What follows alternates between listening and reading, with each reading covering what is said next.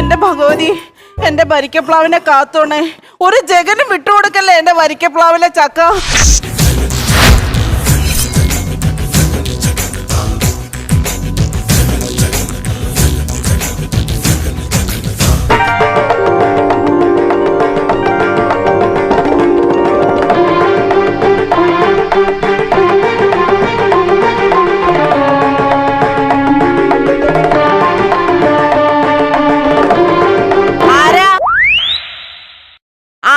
ചോദിച്ചേ, എന്താ ഈ ചക്കപ്പറമ്പിലെ കാര്യം? ശംഭോ മഹാദേവ, ഇതെന്താ ഞാൻ ഈ കാണുന്നത്? പ്ലാവിലെ വരിക്കച്ചക്ക നേരിട്ട് ഭൂമിയിൽ അവതരിച്ചതാണോ? ഒരു ചക്ക കാണുമ്പോഴേക്കും അത് വെട്ടി നോക്കാതെ വരിക്കയാണോ കൂഴിയാണോ എന്നറിയാനുള്ള ഗ്രാഹ്യം ഉണ്ടോ മാഷിന്? അല്ല, ഈ ആടിന് തൂപ്പ് കെട്ടിയിടത്തില്ലേ തീറ്റ? പ്ലാവിന്റെ ഇല ഇങ്ങനെ കെട്ടിത്തൂക്കിയിട്ടേക്കുന്നില്ല, അതുപോലെയുള്ള അഴിഞ്ഞു വീണ കേശഭാരം.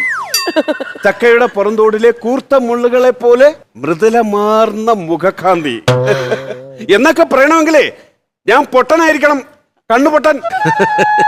ഇതേതാണ്ട് ഇടിമിന്നലേറ്റ ഒരു പ്ലാവിലെ ആർക്കും വേണ്ടാതെ, ഒരു വവ്വാലിന് പോലും വേണ്ടാതെ ചീഞ്ഞ നാറി ഊർന്ന് താഴെ വീണ് മണിയനിച്ച് കൊത്തുന്ന ഏതോ ഒരു കൂഴച്ചക്ക.